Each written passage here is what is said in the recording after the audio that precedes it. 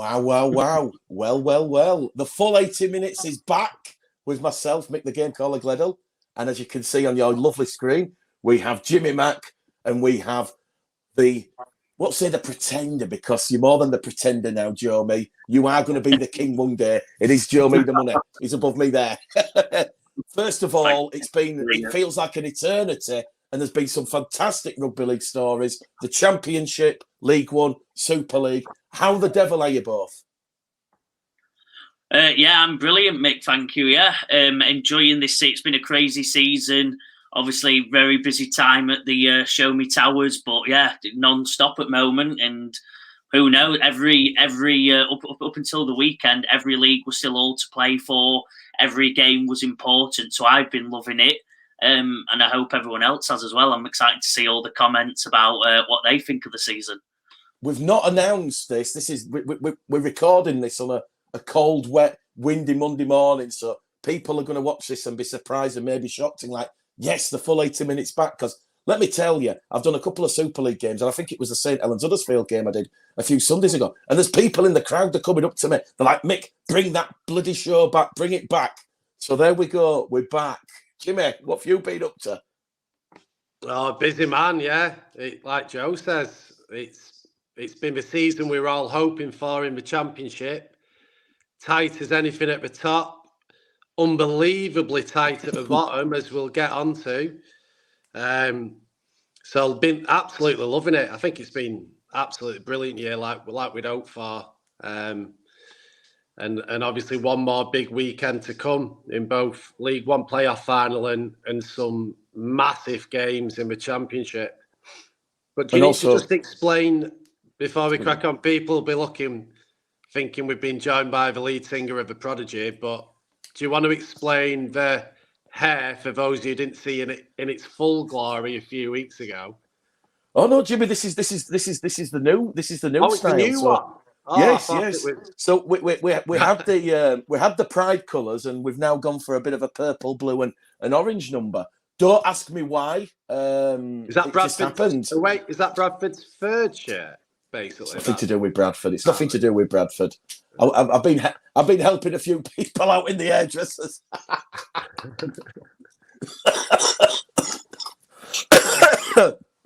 But honestly, you're right, Jimmy. You call it.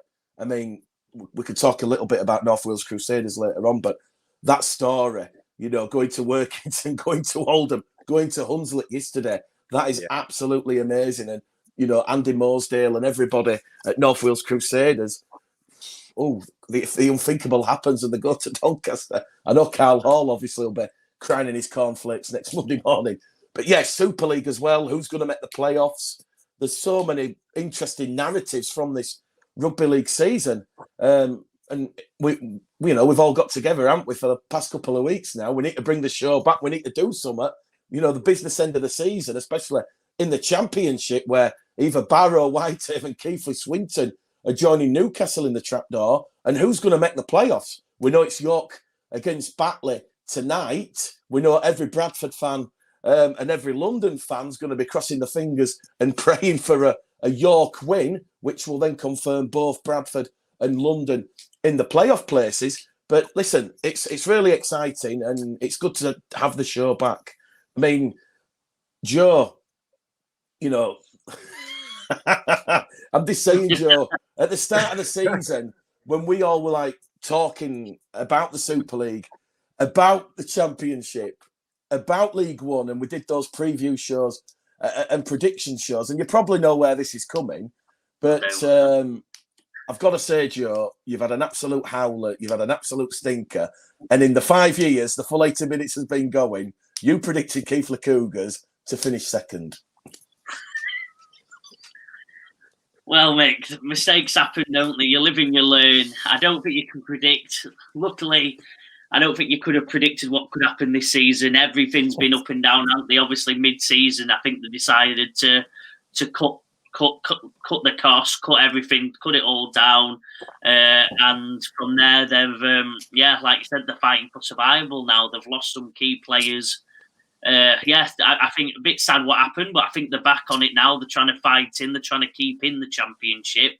But yeah, worst prediction of all time, Mick. I think I'm number one for at least the next 6 to 10 years with that one. I mean, look, just a little bit on Keighley. You know, at the time, I totally agree, Joe. I think me and Jimmy actually had him in and around the 6, potentially, 7, 4, 6. I think we had a cluster of clubs who in there challenging, and at the start of the season, Luke Gale, Dane Chisholm, you're looking at that Keighley side, and there was some big names and some big money players there, but for whatever reason, it just hasn't worked out. And certainly, albeit I wasn't at Keighley yesterday, you look at that performance, you look at the fighting qualities, you certainly know they're all guns blazing for Mr. Foster to try and stay up.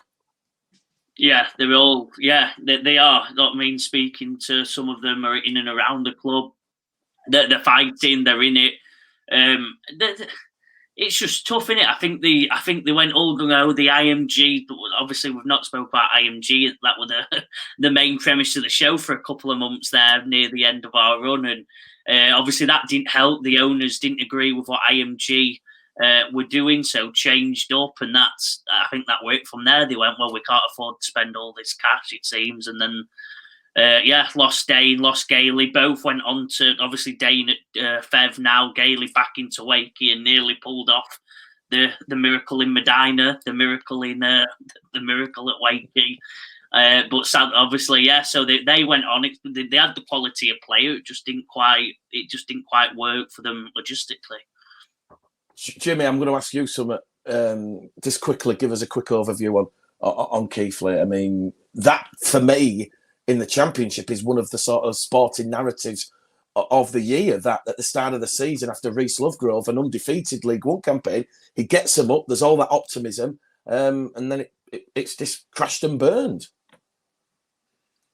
Yeah, it's hard, isn't it? Because from the outside looking in, without any inside knowledge, you kind of think, well, was there an awful lot of naivety involved in kind of being really optimistic and hoping that by investing heavily and giving themselves a chance to perform on the field and achieve a lot on the field and get themselves in the playoffs and even maybe a top 4 finish, that would set them up in IMG's eyes to become a Super League team in the years to come.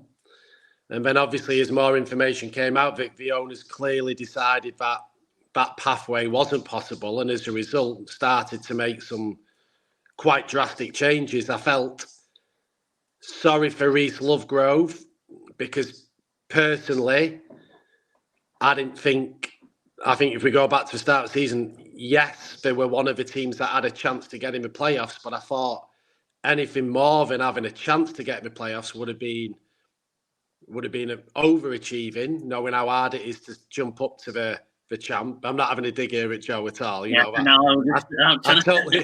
totally get Joe's optimism because of the players we were signing in the direction we were going, but they just started, pulling the pins out, and obviously then the results followed. It was just been an extremely turbulent season, and hopefully the lads who are in charge now and running the show there might just have done enough to keep them up there. But we won't know till Sunday. It's certainly a 50-50 at best, and sad to see, because it's, like I say, in a nutshell, it was a team that was going to try and do what we've all been asking for a long time.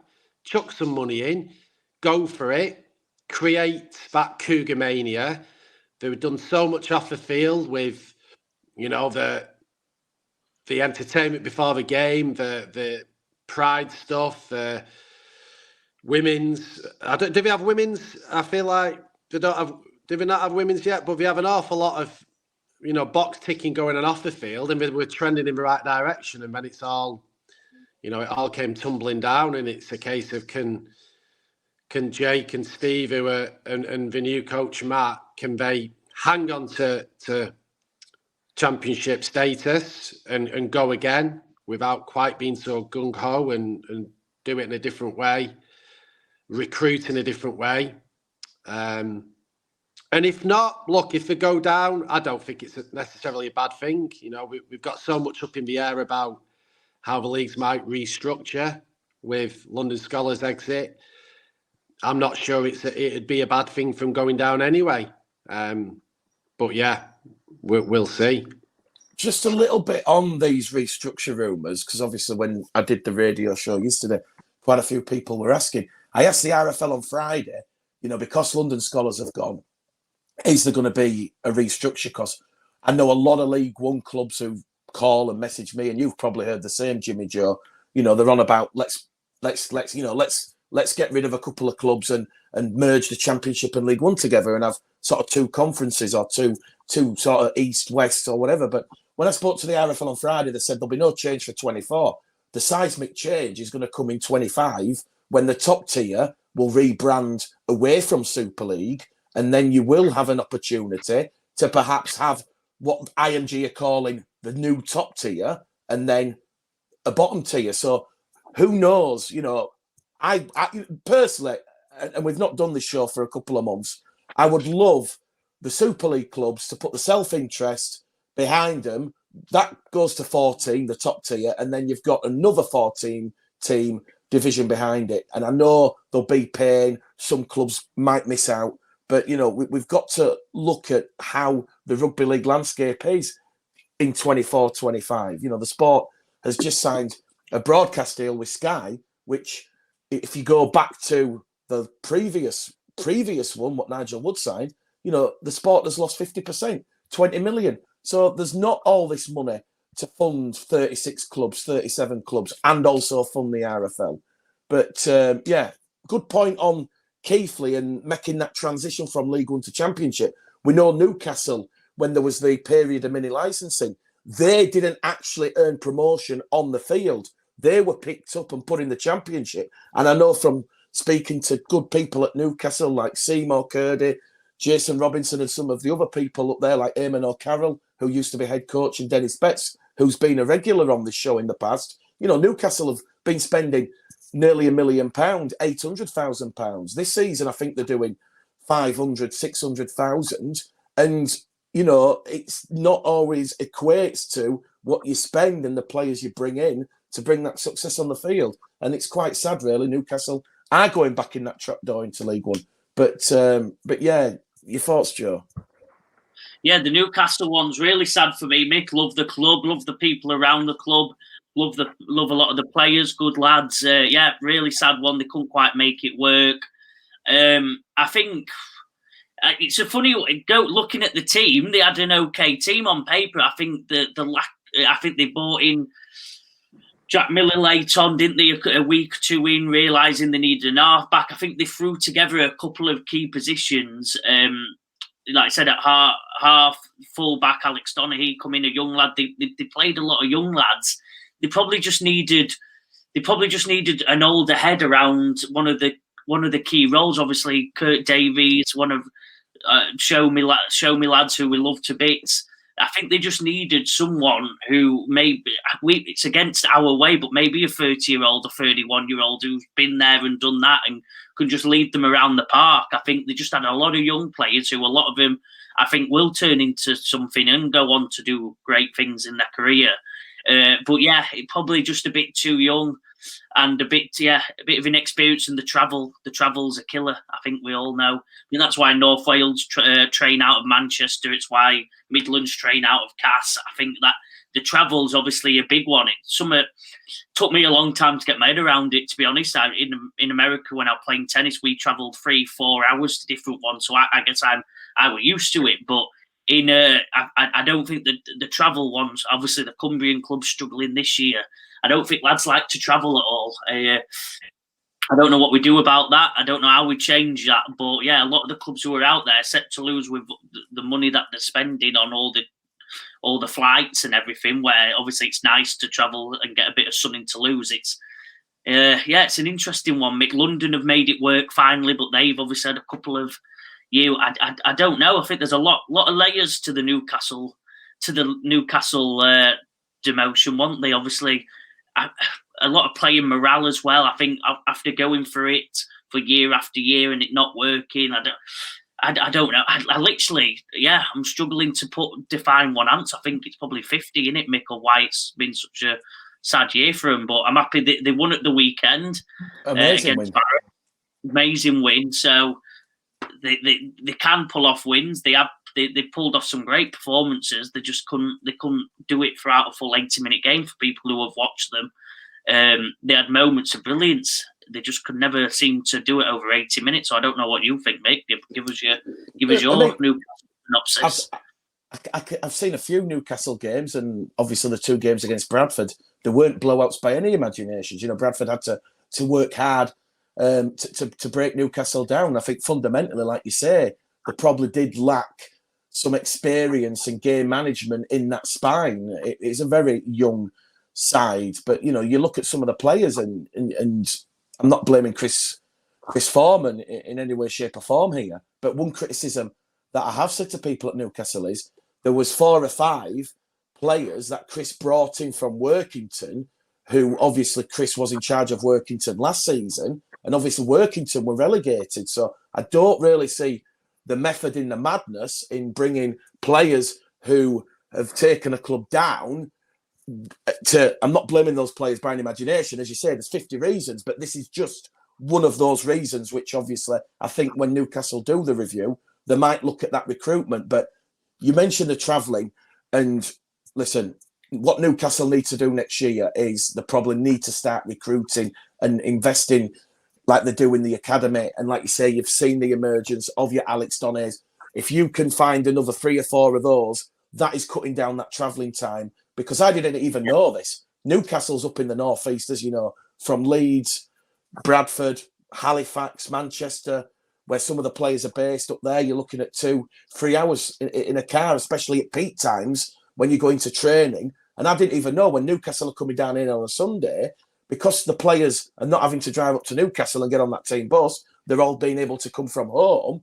You do lose that. If that makes sense. You do sort of lose that harmony and that connection, that cohesion. So it does this feel at times like it is a mix mash of players just thrust together, and then you do see that transfer out there on the field. So my hope for Newcastle is, and I'm led to believe they are going to strip everything back. They aren't going to be spending anywhere near the 600,000 they're spending this year, probably half that. They are going to invest more in that youth development and bringing those young players through. And that might mean Newcastle only finishing mid-table in League One next year. But at least you're building solid foundations for a bright, prosperous future, where in the past, I won't name players' names, but they have thrown money at this player, at that player, and that player has gone to Newcastle for the wrong reasons. He's not gone there to actually help the club. He's gone for the payday and the money. And look, this is the problem that London and Newcastle have. There's probably only 1 in 20, if not 1 in 30, rugby league players currently in the Champ and Champ 1 who can even entertain going to Newcastle because of the travel involved. And it's one thing travelling up there during the season to train. That's tough. It's pre-season, getting home at 11 o'clock at night when you've got to get up for work at 5 in the morning. The commitment is massive. So like you touched on there, over the years, the only players who can feasibly go are younger players who don't have families and commitments. They might not have the same work commitments, and they've got that little bit more flexibility and financial stability, whether they're still living at home or something like that. Or it's the other end of the scale where it is a player who is a top-end player who's going because they're going to earn themselves maybe an extra 25-30% on what salary they could get on the M62 corridor. And that doesn't mean that everyone who's done that over the years has gone for the wrong reasons. Going for money is a good reason to go anywhere, and it can be a great motivator. But inevitably, you are going to get people and players who arguably rush into that decision because the money is so much better than other options, and they're optimistic that the travel won't be too bad and it'll work. And this year, Newcastle are going to be far better than they were last year because they've learned from the previous year. And sadly, it has been Groundhog Day for a number of years now. On the positive side, a bit like what we touched on with Keighley earlier, and even Whitehaven and Swinton involved in that relegation battle. If there's ever a year to go down from the Championship to League One, this is the year, because we're quite confident that in 2025, whatever they decide to do, everyone's going to be thrown together one way or another. So You're almost looking at 1 year out of a champ, but that can give you a real chance to start that rebuilding early, rather than perhaps just thinking, let's just do enough to try and survive again and dodge relegation. I think Newcastle are going to be in a better position in 12 months' time, and certainly 24 months' time, because they're now going down to League One, where I think Newcastle is all about getting the new fans in, and it's all about building that identity in the city and having more Alex Donaghy's coming through and the homegrown players and getting fans into a stadium. It's so much easier to get new fans watching a team when they're winning games. So going down a league, if that means that they're going to win twice as many, if not 3 times as many games as we've won this year, that can only help them get people into the stadium. New fans are not going to, if they're going for the first time or they get a bit of mojo next year, they're not going to turn up and go, oh, this standard's so far off the Championship, I'm not going watching it. They're going to experience Rugby League hopefully for the first time anyway, and get him seeing tries and get him seeing winning. And I think they're going to be far off for a lot of reasons being in Champ 1, same as whoever else goes down. I know there's financial implications as well, and they won't get quite as much central funding. That's not an issue for Newcastle, whether they get 20 grand or 40 grand. The figures we're talking about involved at Newcastle, it's irrelevant. It might be a bit different for a team like Whitehaven. If they go down, it probably will have a much more significant effect. But I'm more optimistic about Newcastle. I think that hopefully they can now start, thinking a bit longer term and realise that. The issue is, though, that there's 9 teams in that League One. That League One next year, with the lack of revenue coming in, with everything that's happening, with 9 games, I think they said today that means they'll have a bye week every other week, pretty much, if they're following a Super League season. What's going to happen to these teams? Some of them, can we see a future for all the teams, or will we lose even more because of this? I'm assuming they'll have to do loop fixtures, yes, which I'm not a fan of at all. But you can't have, like you say, financially, you can't just have 16 games. So they're going to have to. They're going to have to do loop fixtures to give, which is not good. I don't think there's any person at any level in Rugby League, whether you're a Super League fan or no one likes loop fixtures. They're a nightmare. But for 1 more year, they're going to be essential just to give clubs that revenue that they'd otherwise lose. And to avoid the fixtures this year in League One have been atrocious. I was talking to a player this morning about it. It's because West Wales pulled out so late, it didn't give him much time to rearrange them. I don't know exactly the ins and outs, but I just think they should have found a way to rearrange them, because there's been times this year where there's been 3 weeks where they've not played. And if you think about from a player's point of view, if you're a player who was being left out for whatever reason, or you've been injured, you can be going 6 weeks without playing, or even 3 weeks. It's a long time. And then to try and then put a performance in when you've not played for so long, it's just been a nightmare. They can't afford to have these weeks off. Or if they do, they've got to be few and far between.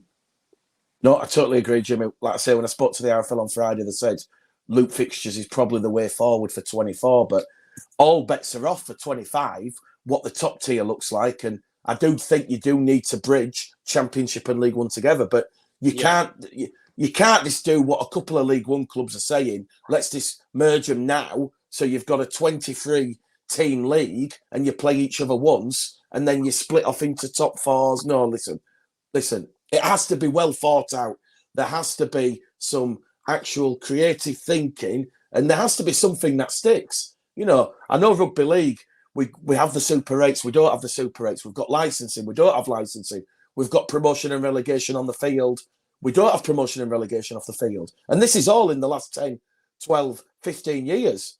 Hopefully, IMG and important broadcasters like Sky Sports, who have decided to renew for another 3 years, another last roll of the dice, so to speak, and Channel 4, hopefully something can happen where everybody sits down with the broadcasters, because the broadcasters do not want the loot fixtures at Super League level, and that's shown by the broadcast deal going down further still. And for League One, you are right, Jimmy, because first and foremost, we are in this new era of IMG gradings.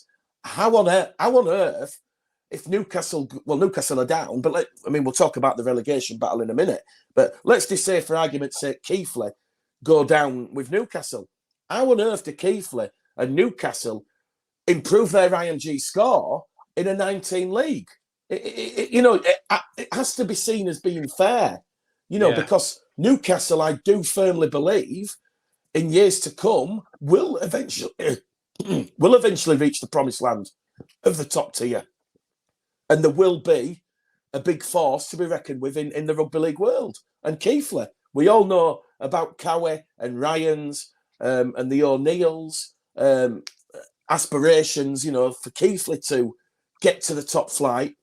In a 19 league, you're not going to see those clubs at the very best picking up them IMG points. And loot fixtures, if this is for just 1 year, just to get us past all this, and then 25, there can be the big announcement, the top tier's going to 14, we've then got another 14 underneath, or even, as some people are saying, we've got this East-West conference, big local derby, so teams aren't having to spend loads of money on travelling, because, you speak to League One clubs, this season, they've had the trip to North Wales, they've had the trip to London Scholars, they've had the trip to Cornwall, they've had a trip to Workington.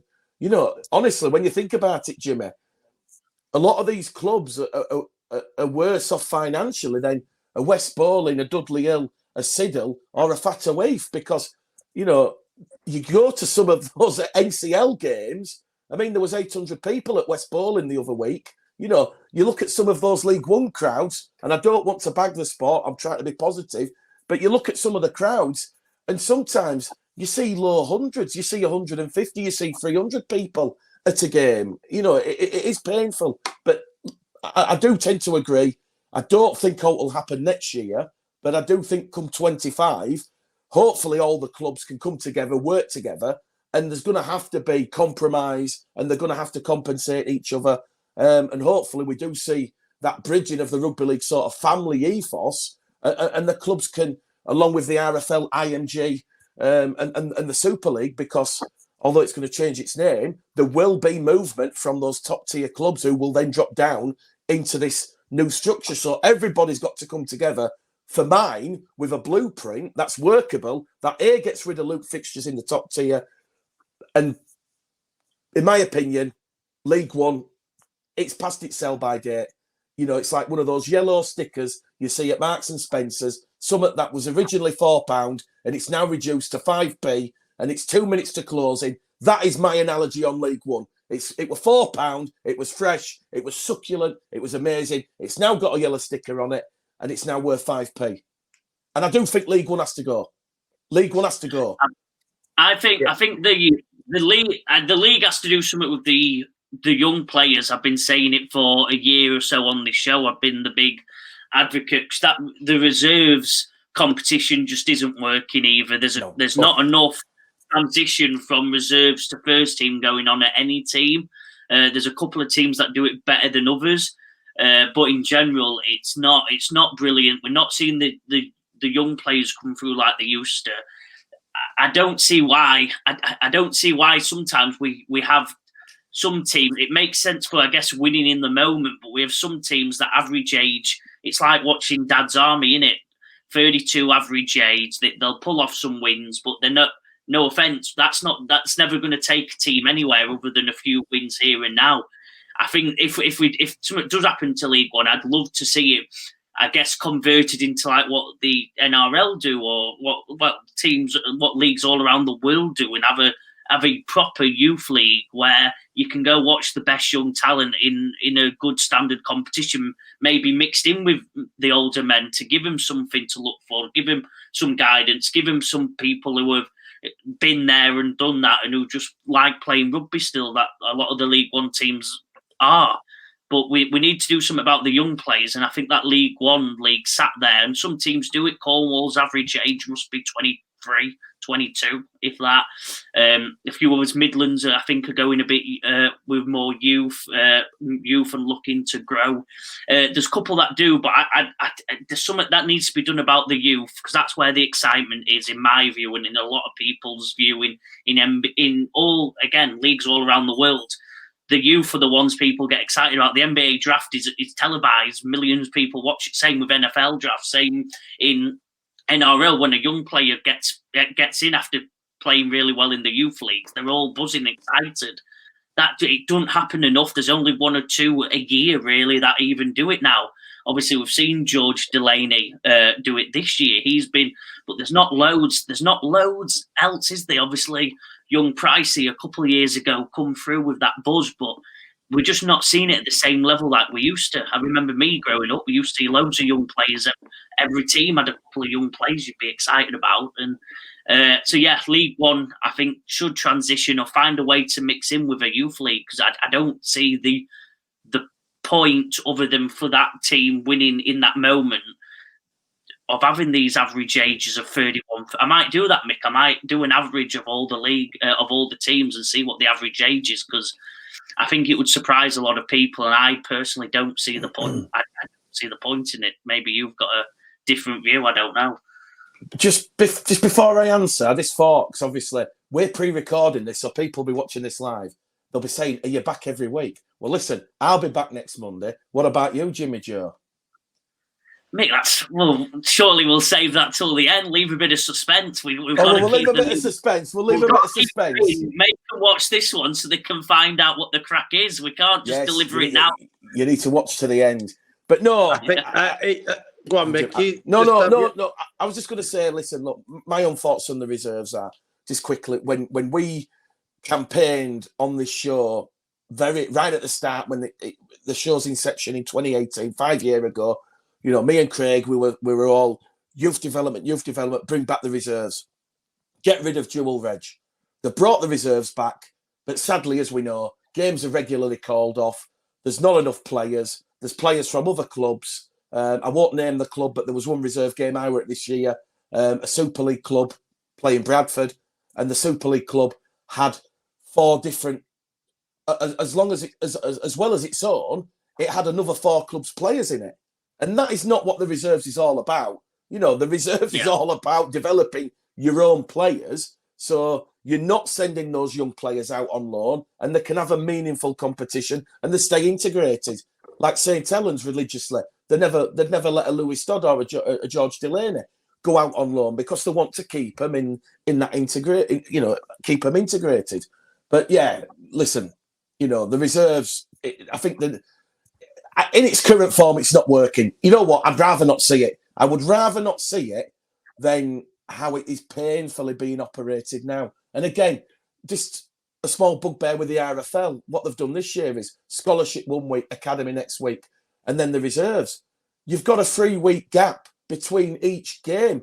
The amount of young players who I see who speak to me and say, Mick, you know, we're dropping out of the sort of semi-professional game. You know, we're talking Super League players here who are leaving Castleford, leaving Wakefield, a couple that have been let go by Leeds, and they are dropping into the, you know, to the NCL. They're going to have a go at Siddle. They're going to have a go at Stanningley. They are going to sign for West Bowling. And yes, it benefits the community game, and we know the community game will really, you know, go on leaps and bounds with these young players. But first and foremost, if there was a meaningful reserve competition and clubs doing what the sort of the mantra was at the start, you know, they'd be still there. But listen, look, the reserves in its current format, it's unworkable. It has to go unless there is a signed, sealed commitment from all the Super League clubs, along with Bradford, Newcastle, and London, that we're gonna have a real go at this and invest in our youth and that junior development. Yeah, totally agree with you both. And I think just on League One quickly, I think a good few years ago, or even going back 2-3 years, when we had West Wales and Scholars, and at the time there would always be one or two others who were significantly off the pace, and there was calls that perhaps we do just need to trim a few of these off, and then we can look at making one bigger league. The only things that have changed is typically you would have probably Scholars in West Wales would have been gone, and now they are gone. But you look at other teams, Cornwall and Midlands this year would be the lowest two out of those. For those who don't know, Midlands next year are investing quite heavily. So I anticipate them being a top 6 team next year. So that's changed. Cornwall are this exciting geographical growth that are steadily building in the right direction, and no signs of them going backwards and becoming total whipping boys. You'd like to think they'll be stronger again next year and more competitive. Oldham are chucking big money around next year. You know, they were a team that for a good few years have arguably been the worst old team knocking around, whereas they're going to be spending more than nearly all championship teams next year. So they're clear in the direction they're going in, and whichever teams come down are going to be strong, certainly by League One's typical standards. So as a 9-team league, yeah, miserable. Loot fixtures, miserable. But I'd like to think that the quality next year in League One will probably be the highest it's been possibly ever. And that can be good, especially with teams like Newcastle coming in, like we're saying, who are going to start building for the longer term. It could be a great year to get all the teams prepared to merge, whichever way we do it, whether it's conferences or a bigger league, and be ready to take on, championship teams. Of course, when I talked with one of the Cornwall players about if we looked at these conferences, it could mean Cornwall go away to Widnes. And for a lot of people, that's a waste of time because Widnes would be -70 on the handicap. But yes, for me, there's positives to that because we all know that championship teams, particularly the top championship teams or solely the top championship teams, have got an awful lot of quality players in the squad who don't get many opportunities to play. There's a lot of really good fringe players. Take Sheffield, for example. This year, they've probably had 4 or 5 players left out each week who can walk into a League One team and can walk into a lot of championship teams. Same with Bradford when they've not had a lot of injuries. Certainly with Featherstone, certainly with Halifax.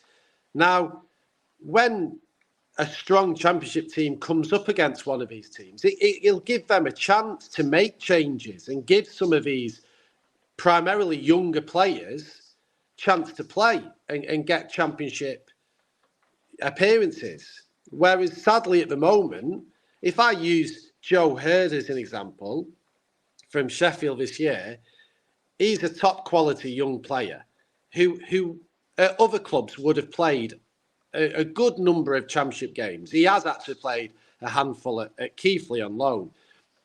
But at the start of this year, Sheffield expected Joe Hurd would probably play between 5 and 10 games for the first team. But because they strengthened and they didn't have that many injuries early on, he's played 1.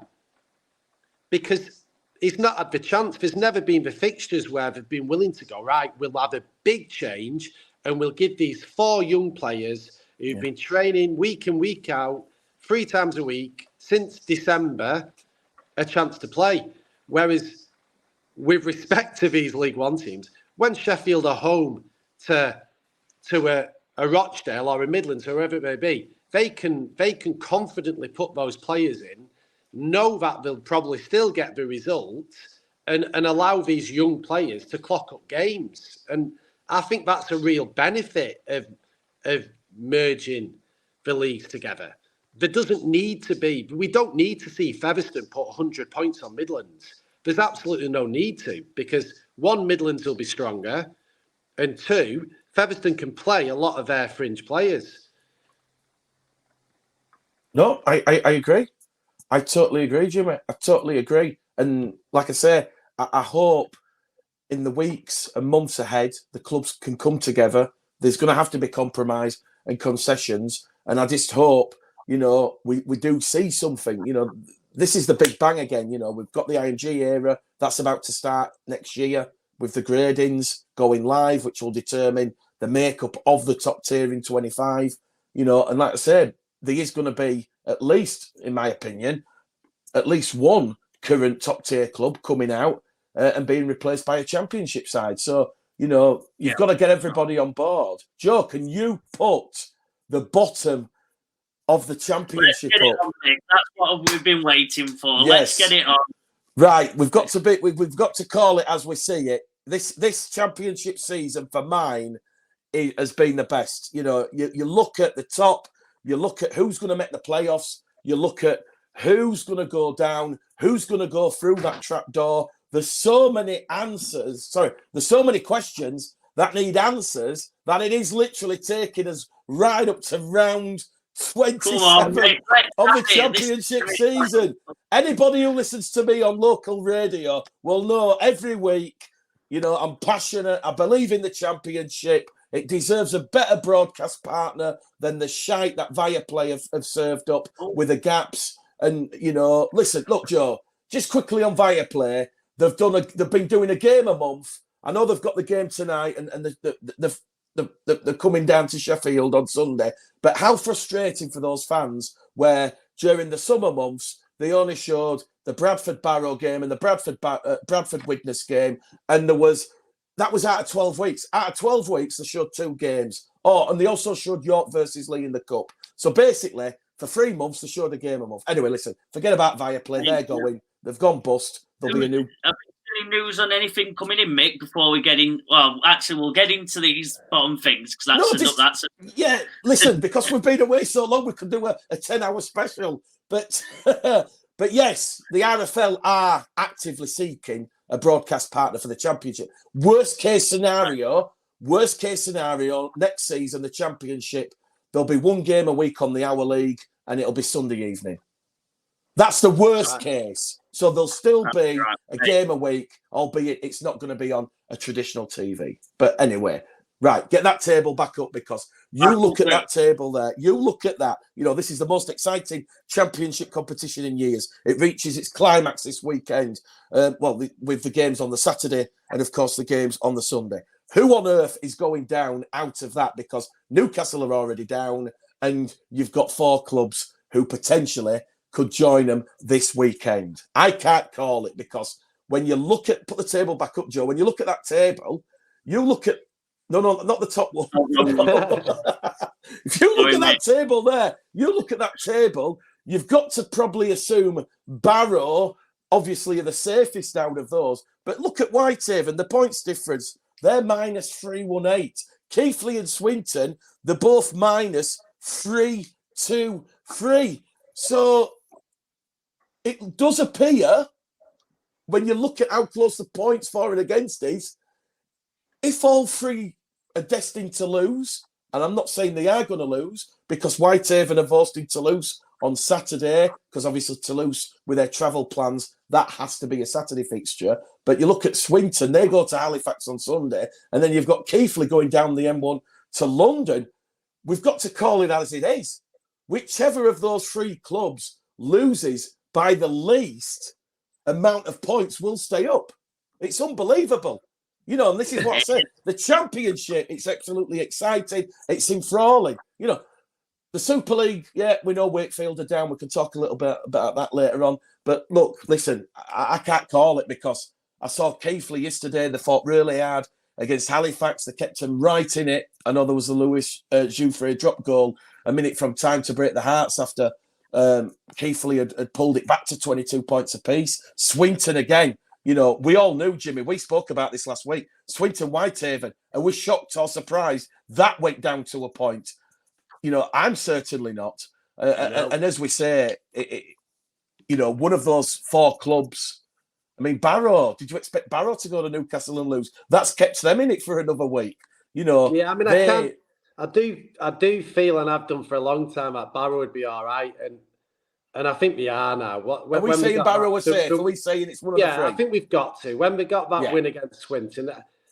Yeah. But for these three teams, Whitehaven, Swinton and Keighley all to win at the weekend, you'd be talking 500 to 1 accumulator. You know, it's so unlikely. I think we've got to just leave Barrow out of it. One of them is almost definitely got to lose. Probably two of them, and almost definitely all three of them, realistically. Well, so, you say let's leave Barrow out, but if York do beat Batley tonight, York have to go to Craven Park Barrow, and York have to win. And yeah, I know, but I don't see all three of those teams winning. I just don't see it. You know, you never know, Jim. You never know. Jimmy. That's a very bold call. That is a very bold call. They're all playing top. Well, I'll give you my prediction now. I know Toulouse are going to leave a few players that are battered and bruised in France, and it's going to be a very youthful Toulouse side that goes to the recreation ground on Saturday. So for you to say I can see all three losing, I tell you now, I have got Whitehaven to beat Toulouse on Saturday. I have. I've got Whitehaven to beat. I've got John Tigorley and the Whitehaven Board of Directors. Listen, there'll be some party at the Rec on Saturday. I genuinely believe Toulouse travelling up there, that won't be easy. And with a very youthful Sylvan Hoolay side, because they've already booked their place into the playoffs, I'm led to believe, if my intelligence and information is correct, they will be bringing a lot of fringe players to that game. And I know Keighley and Swinton might have a thing to say about that. But, you know, this is how the fixtures have panned out. I have got Whitehaven to beat Toulouse on Saturday. I might be eating humble pie come 5 o'clock on Saturday, but I've got Whitehaven. I do agree. I think, like you say, the way it's set up, we've been saying it for a good few weeks now, that is the biggest worry for, and has been for Keighley and Swinton, is the fact that they're playing Toulouse at home when Toulouse don't need to do anything in the game other than try not get injured, leading into their, semi-final. I agree with you. I do think Whitehaven have got the best chance of getting a victory. Yes. But all I'm saying is it's still, even a weakened Toulouse side, it's still going to be a tough challenge for him. But I think I give them, even if we just focus on points difference, I think Whitehaven are in the best situation in terms of points difference, because that London, on the back of a really poor performance against Bradford, are going to go, you can see them being, going away to London, geez. And same with Swinton going to Halifax. Halifax at home are a totally different team to what they are away. So you'd always favour the home team in this situation, which kind of then makes me think it comes down to Swinton and Keighley. And the fact that they're on both -3-2-3, effectively, as I said, Jimmy, it does come down to how many points do Swinton concede at the Shea, or how many points do Keighley concede at the Cherry Red Records Stadium. Just a quick one on London. They were very poor yesterday against Bradford. They made 19 errors. The completion was about 54%. Spoke to Mike Eccles after the game. Let me just tell you, he was pissed off. He was not happy at all with that performance. So there's going to be a massive reaction from London this weekend, which will not help Keighley's survival cause. No. And I'm being dramatic here, but I have been for weeks, and I thought it'd come down to points difference, and we're there. And I don't think for 1 second this is not going to come down to the last minute of one of those games, or the last 2 minutes. It could honestly be that both teams are losing by 20 odd points. And well, even put Whitehaven in, all three could be losing by 20 odd points. They could be losing by 10. They might be 38-16 down, but they need to go for a drop goal. They might go for a drop goal to stay in the division to lose by 19. And that's where Whitehaven are a bit unfortunate, because by playing the game before, both those teams go into the game knowing exactly what they need to do, at least compared to Whitehaven. Right, they won't know what's going on until half time and until the assistant and water carriers are calling it on. On that sideline shouting every single score. They will, But at least, they'll go in knowing, and it could be. I don't see for 1 second that this season is not decided before that last 2 minutes, where it might be just that consolation try, or it might be that one of the, Halifax get a last minute try to send Swinton down, or London get a last minute try, or there's a penalty.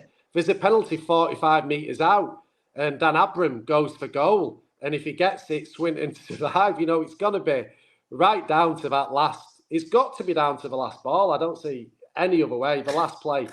I was just going to say, boys, Matt Foster and Alan Coleman, can you see him on the sideline, like on the phone, checking flash scores, like, oh, crap, Keighley have just scored. Right, 100%. We need 1 point to stay up. Dan, get that, put that ball between the posts for the 1 pointer. 100%. You know it. 100%. It's going to be crazy. I reckon they'll have the commentator reading out the, you know what I mean? I think the smart thing would have the commentator reading out every try, every point in the other games. It's now 22 to Swinton, and Keighley then get the. It's going to be good fun. I'm going to try and get myself down to one of them and be a part of it. I don't want to miss out on this, to be fair, Mick. So I'm definitely going to try and get some tickets and be at whichever one makes most sense for me to go to. And it'll be Halifax Swinton for you, Joe, because I know you don't like your travelling. I think London might be too far. You might get a nosebleed. I'm only joking. We are going to London too, so I might use the excuse. We'll see, because it'd be either way. I'll make a day out. I mean, it's these games to make it even more exciting. Also coincide with a League One playoff final, 3:00 on Sunday at Doncaster. Yes. So I'm actually going to go to the League One playoff final, watch what happens there, see if the Crusaders can go on this unbelievable Leeds Rhinos playoff run, or where is Donny get the job done, whilst constantly looking at flash scores and Twitter before hot-footing it across to Sheffield to watch the battle for third place in the Championship straight after. So it's Super Sunday. I know they like to do it for football on Sky It's Survival Sports, Sunday. Survival Sunday. Survival Sunday, yeah, and it's going to be epic.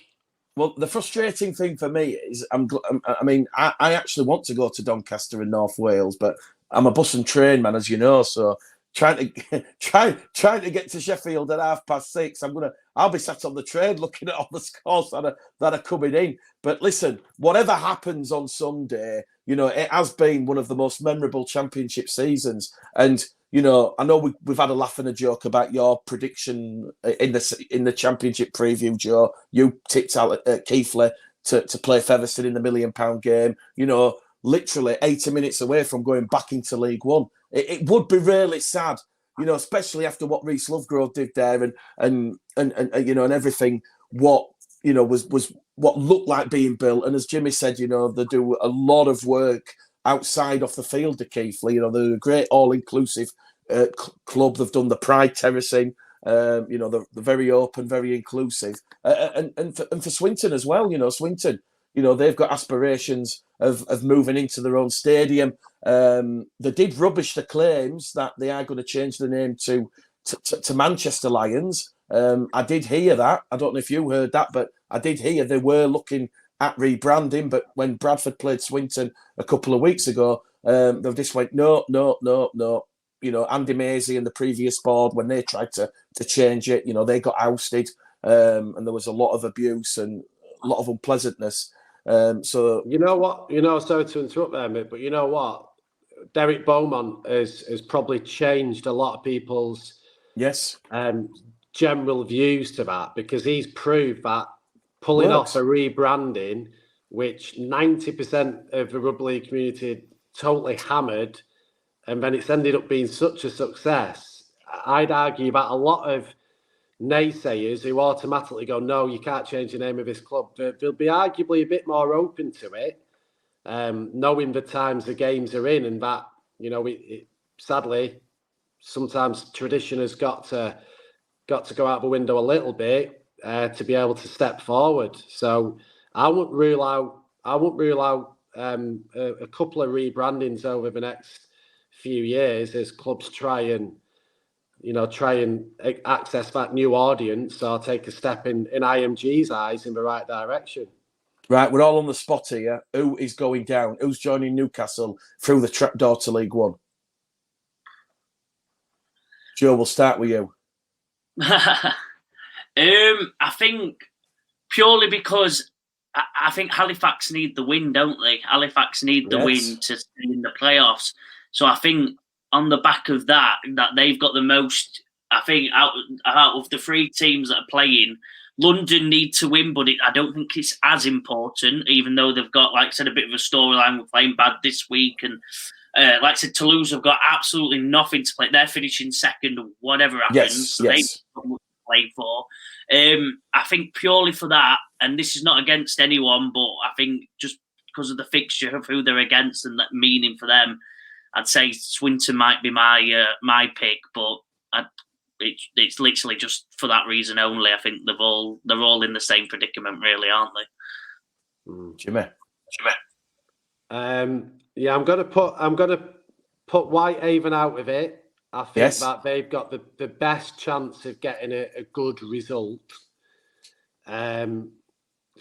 But I'm guessing because Toulouse could easily turn up and put 40 on them. No question. 100%. So, but I'm gonna go.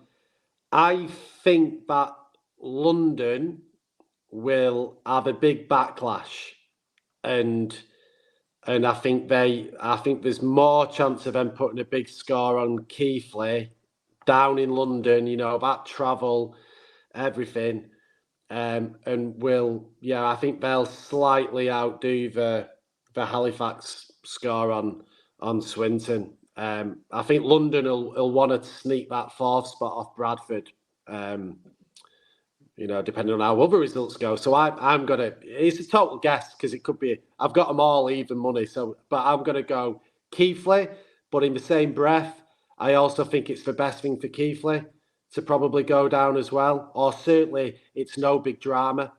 And just one thing to add in there, I know some might go, you're being very joyful and jovial about the exciting, but there's players' careers on the line. You know, if they get relegated, it for me, I might be wrong, but it's not quite that dramatic this year. It's not like in Super League getting relegated and potentially going from being a full-time rugby player to being a part-time rugby player. For me, anyone who goes down this year, the players will probably earn near enough the same amount of money as they would have done if it stayed up. Clubs, it's only 1 year before a restructure. It's not like you're doomed to being out of the championship for the next 10 years. I don't think there's, as I touched on earlier, it's not the worst year to ever go down, so that's why we don't need to be too doom and gloom about it, and we can focus on the excitement a bit more. So, yeah, I'm going to go Keighley by 1 point. Oh, I'm going to say that Keighley London game. Oh, has it cut out? No, you're still there. That Keighley London game, I'm going to refer to it as the Battle of IMG. We've got the number one club who's probably going to benefit from IMG, and then the number one club who are against IMG. So I think I know who IMG will be supporting in that game. The Battle of IMG, London at me, Keighley. Yeah. I tend to listen. I can. You know what? The more you think about it, I could actually see Swinton getting a result at Halifax. They're having recent seasons. Keighley, I could see it. Especially if that's happened in the past. There's been the old, nothing wrong with it, by the way, but there's been the old brown envelopes and a little bit of money, a win boost, a win bonus. But yes, if we see the London that played Bradford yesterday, that come up with 19 errors and competed at 50%, Keighley will win. But I do feel, and I agree with you, Jimmy, there's got to be a backlash. You know, Mike Eccles yesterday after the game, you know, I've never seen him like that. I've never seen him like that. Normally, Mike's very calm, composed, he stays in character. But, you know, it was evident, you know, that his side had capitulated and were the architects to allowing Bradford now a sniff at getting third. But and yes, I think probably more importantly, that was their chance of getting a home tie in the playoffs gone. Sorry, in terms they could still get fourth and get the home. yes. But if they'd won that and then They were home and hosed, Jimmy. They were home and hosed in the top four. Yes. Yeah. So it's just that obviously I mean, it's still, you know, they need Bradford to do them a favour now. Whereas if they beat Bradford, then they get a home tie in the playoffs, and that's obviously massive. It's a huge advantage for any club, but particularly London. You know, get a home agree. tie. So Joe's going for Swinton to go down. We're going for Keighley, Jimmy, me and you. Oh. Well, welcome back to the full 80 minutes. We have analysed just how exciting Survival Sunday's going to be for those championship sides fighting to survive and stay in the championship and avoid the trapdoor into League One with Newcastle Thunder. We're now going to look at who is going to join Featherstone and Toulouse in the top six. Well, we can say that Sheffield are also in the top six. So the only three sides that have booked their place, Featherstone, Toulouse, and of course the Sheffield Eagles, who had that win against Widnes yesterday. Honestly, Jimmy, just to give you an idea of just how exciting the championship is, even though I said yesterday on the commentary, Bradford are in the playoffs. Mathematically, they're not. You know, it's crazy to think that Bradford, on 31 points, going into that final game at Sheffield, can still finish either third, fourth, fifth, sixth, or seventh. It is unbelievable. And when you look at that playoff picture and you look at the playoff race, you know, you've got Bradford in fourth. They know on Sunday if they go to Sheffield, they will take third. London hosting Keighley. London know if they beat Keighley, because of the Sheffield-Bradford game, they will get in the top four and book their playoff place. And we also know Batley, who, of course, returned to winning ways against Whitehaven last week. Yes, they have that big game against York. But if Batley were to lose that game tonight, they have a home game against Newcastle where they know if they win, they are in the playoffs. And also Halifax, who have to win to get in the playoffs or book their playoff place against Swinton. And York, who know that they have to, hope Halifax lose at Swinton and other results go their way. But most importantly for Andrew Henderson and York, they have to beat Batley and Barrow, and that will take them up to 30 points. But they'd still be behind Bradford and Sheffield. And there's a chance London are going to beat Keighley. So you can see York, they're going to be high on hope that Halifax lose to Swinton, that Batley lose tonight, and maybe slip up against Newcastle. But listen, you know, we talk about the drama at the bottom. And even what about said, the drama? What about the drama, Jimmy, for who's finishing third, fourth? Who's actually getting in the playoffs? I mean, it's mad. It's what we predicted.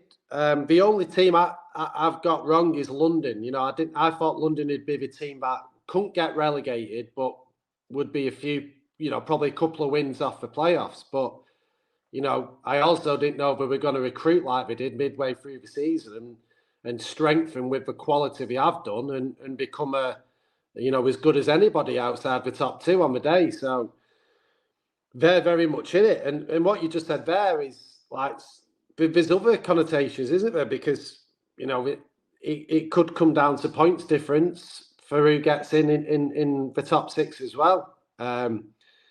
Wide open. But yeah, first and foremost, York against Batley, massive game. York lose, they're out of it. If Batley win it, they're very much, especially with the game against Newcastle, with respect to Newcastle, they had a great win at the weekend, but it's you'd imagine Batley at home to Newcastle will win that, which will put them potentially above you boys if you don't beat, Jimmy, Sheffield. listen, the show's coming back. I'm doing this independently, so that no, you boys. But No, I know.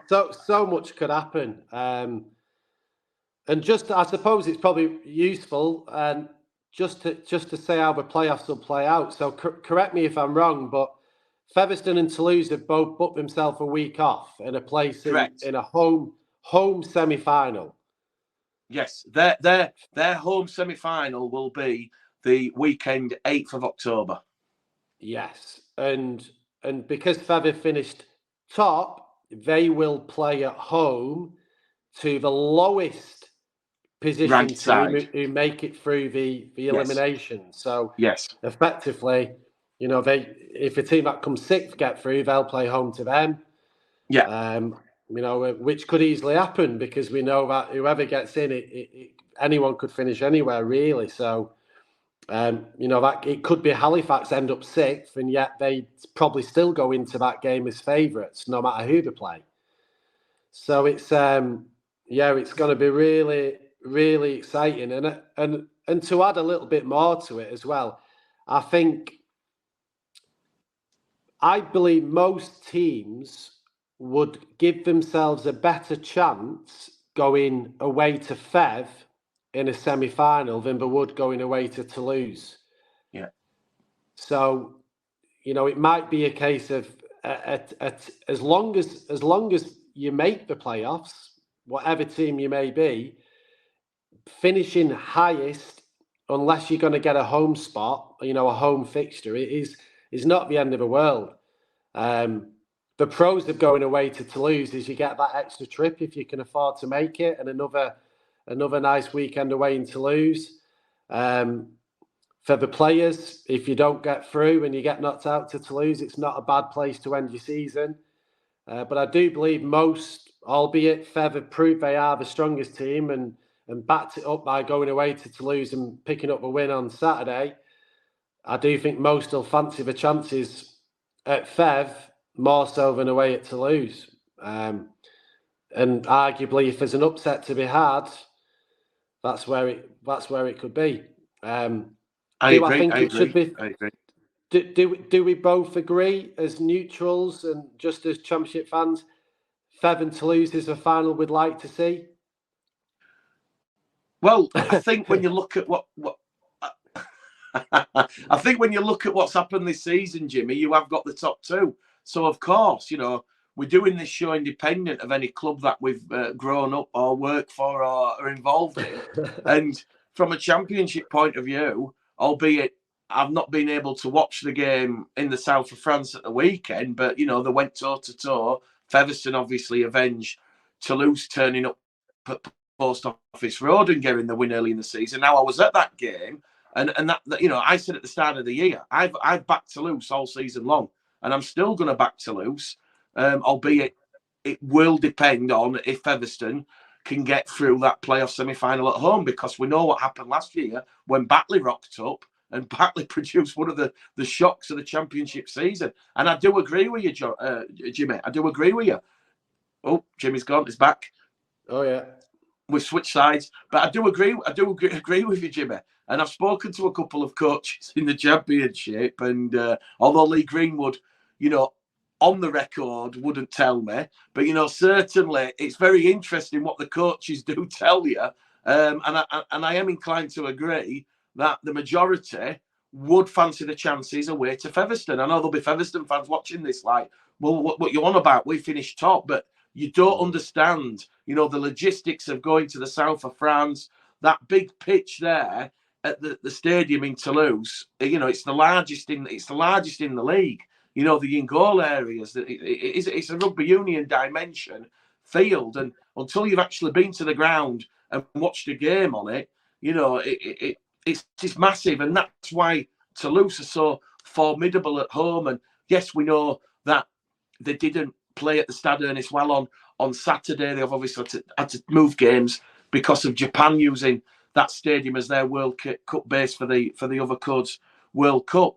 But I do agree with you, Jimmy. And, the coaches and their input and feedback speaks volumes. They would much rather fancy the chances, 80 minutes at Post Office Road, than they would go into Toulouse to the Stade Ernest Wallon. But going back to this weekend's games, I mean, I think every game this weekend has something, to play for. I think there's only really Featherstone versus Widnes out of all the games, which is probably classed as a dead rubber. But even then, Featherstone will be lifting the League Leaders Shield, which will be a great occasion for them and their fans. They'll be hoping to go one better than last season. But, 6 of the 7 games, there's still something to play for. It's absolutely amazing. Yeah. And, we said at the start the championship's going to be one of the great competitions, because not just because of the Super League players and the NRL players and players like Henry Louis, who's come from the Wentworth Magpies in Australia, and Ethan Natoli, the Newtown Jets. There's a lot of players who, we all remember when Lachlan Walmsley come over. He was like a relatively unknown, and they have made themselves, household names. But, when you look at the fixtures and the game tonight, York Batley, I mean, that has so much implications, because if York lose, York join Widnes, season over. A fantastic finish from Andrew Henderson's side. I spoke to him after York's 20-10 win against Bradford at Odsell, and he said there's been no internal talk. He's banned all internal talk of the playoffs. He's took all the pressure off his side. They're just treating these games individually, and I'm sure there'll be some players, because it's human nature. We've had a win against Bradford. We're still in the hunt, but, Andrew Henderson was downplaying everything.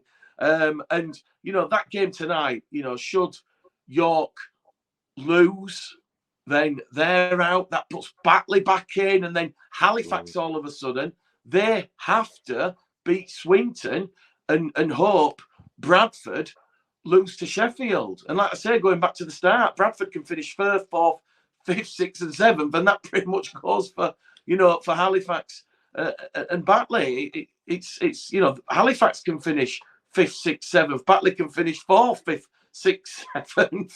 It's unbelievable. It's unbelievable.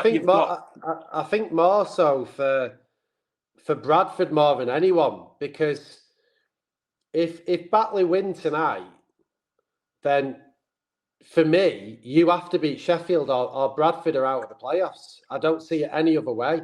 Correct. Because Halifax will finish on the same points, but with a better points difference. Yes. So it could all be. I don't see it any other way than. And the irony is, if you do beat them, you beat Sheffield, you get 3rd. But if you don't beat them, you could miss out. And I mean, that is just. We thought it would be tight, but this is another level now, isn't it? It is, Jimmy. It's a completely another level, and there's not just the money you get from finishing 3rd. It's those crucial IMG points in the performance pillar. And Nigel Wood, Jason Hurst, they'll be. Listen, I can't speak for them, but for myself, somebody who's died in the wool up there, I tell you what, Saturday night, it is going to be a sleepless night. It will be a sleepless night, because this result, you get 3rd, Jimmy. We know how close it's going to be. We know how close. They've had the provisional gradings, whether people like it or not. Bradford, York, Featherstone, they are knocking at the door. They're at the heels of a Wakefield, a Castleford and a Salford. These are facts. Facts. There's very little between a Bradford, a Featherstone, a York, a Wakefield, a Castleford and a Salford. So you going from 3rd to 7th, based on Bradford's poor season last year, that could be the difference between Bradford being in 25 and out. And people might watch this and still disagree, but, Bradford do tick a lot of the boxes, and as do York, as do London. And also, Bradford's season, if Bradford finish 3rd, then it's going to be, everything that's gone on will be justified. Personally, felt very sorry for Mark Dunning losing his job at the time. Noble's come in as a club, Could be 100 grand, could easily be 200 grand thrown at it. Well, it's 150 grand. Well, 150, yeah. And it could be. Hold on, Mick. I'll just say what, and then you tell me what you think. But so let's say Bradford have spent 150. Could be a bit more. They've brought in some big names. They've upset a few of their players who were Bradford Bulls players along the way. They've gone with a ruthless approach to try and be a top 3, top 4 team. Beat Sheffield, and it's all justified. Lose to Sheffield, you could miss out on the playoffs, and then it's a catastrophic season. But it's all going down to one game. That's how tight it is. Will Brian Noble moonwalk out of this situation if you come 6th or 7th rather, or if you beat Sheffield and get 3rd, he'll be at front clapping the fans. This is how unbelievably tight it is between a great season for Bradford, IMG, those extra precious 0.1, 0.2 points, or missing out the playoffs and probably then being the bottom of the pack of those teams you've just talked about in IMG's eyes. It's so freakishly close and so much on the line. The difference between 3rd and 7th is 0.55, so over half an IMG point between finishing 3rd and 7th. And that's, wow, that's a lot. That is that could be the difference between Bradford having enough points to overtake a Wakefield or a Castleford. Yeah. And that's how crucial this game is. It effectively, I know we've got rid of the Super 8s. I know we've got rid of this, but you cannot put a price on 0.55 IMG points. And I know people will be watching this, and I don't blame people for not understanding the importance. But when that table goes live and you see Bradford, Featherstone, York within a point of Castleford, Salford, Wakefield, you'll understand why this game it's seismic. It is absolutely seismic. Yeah. More for Bradford than Sheffield, because Sheffield are already in the playoffs. And I think, Jimmy, you're very close to Sheffield. Sheffield would openly admit they're a couple of seasons away from seriously trying to get into that what is going to be now called the top tier. Whereas because Bradford, they are the biggest, they have the biggest crowds. They are the highest supported club in the Championship. The finance, the turnover, it's the highest in the Championship. The catchment, the community, the foundation. I didn't know this until I spoke to Chris, who's the treasurer, the chairman of the Bulls Foundation. The turnover, Jimmy, it's in the top 7 of the table. So they're going to get the full point for that. They're going to get the 1.5 for catchment. We know Wadsall meets minimum standards. Bradford are going to be there or thereabouts. But, albeit on-field performance is only 25%. The difference between finishing 3rd and 7th is 0.55.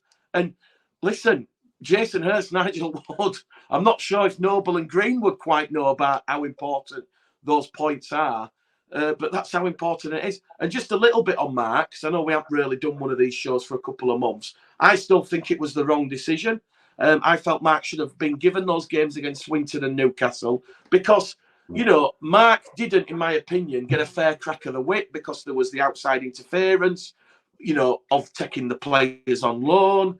And I do find it really, really frustrating that the minute Mark is shown the door, and this is not me showing loyalty to Mark, this is me calling it, independent of whether I'm a Brian Noble, a Jason Hurst, a Mark Dunning fan. I do think Mark didn't get a fair chance because the minute Mark is removed from position, there's a whole sort of culture change at Bradford where we're no longer going to be using Castleford, Gary. We're no longer going to be using those Huddersfield players. Yes, Fenton Rodgers is different because he was always there and has been there for the entirety of the season. But, taking a Leon Ruan on, taking a Lewis Roberts on a couple of games and the chopping and the changing, but more importantly, it wasn't just that sort of culture change of we're no longer going to use Leeds, Castleford players. It was the fact that the war chest opened up. 150 grand comes out. James Seguiaro comes, Jason Battieri, Lee Gaskell. These are all big money, big name players who have come and joined the Bradford Bulls. And I do feel Mark didn't get a fair crack of the whip. And I know there'll be quite a few Bradford fans watching this. Whether you agree or not, let me know in the comments. But, credit to Mark. He's got the gig at the Midlands Hurricanes. We know, Jimmy, from what you said, they're going to be spending a lot of money next year. I mean, I'm hearing they're in the market for players like Jared Sammer, big name players in the championship who are coming towards the end of the career, who could drop down and certainly do a more than capable job of steering the Midland Hurricanes in that top 6 playoff. If that's what the RFL are saying, there'll be no change for 24 loop fixtures, even though it's a 19 league. I still think you'd keep what we perceive as the playoffs, to reward those teams. But listen, it's not just about Bradford and Sheffield this weekend. Like I say, London, Keighley, implications for the playoffs and the bottom. But that game tonight, I mean, give us your thoughts on that game, Jimmy. York against Batley. I mean, everything is pointing towards a big York win because of Batley's recent form. Yeah, but I mean, it's so.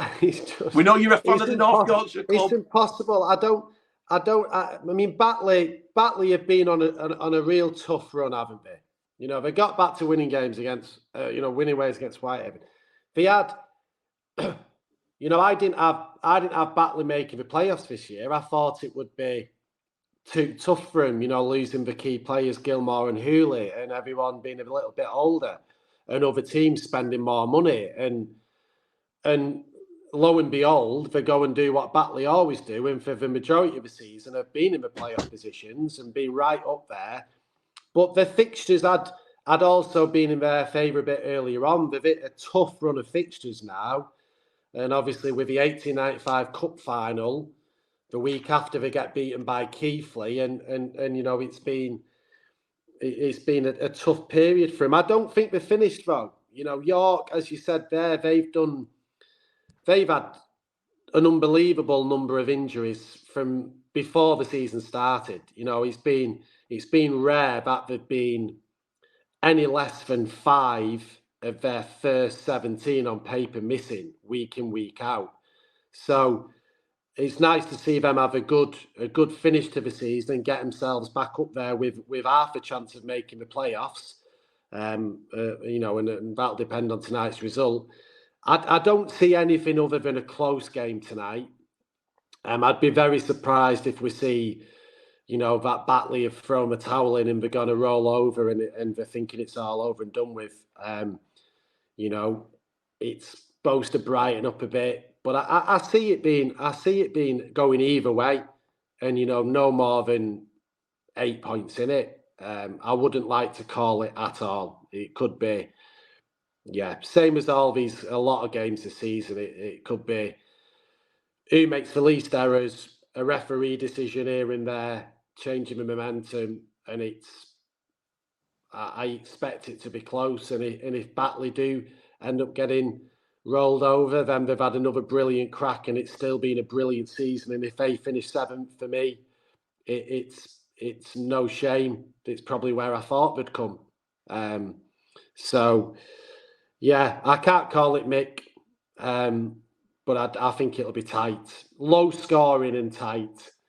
But when they met in the 1895 Cup semi-final, of course, Batley went there and got that win against the York Knights. You know what? I know you've in these big games, and Lee Greenwood has said for a number of weeks now, all these games with everybody playing each other, like Widnes, Sheffield yesterday. The previous weekend, London and Sheffield playing each other. Batley versus York. The playoffs have effectively started for mine because of the importance of all these games.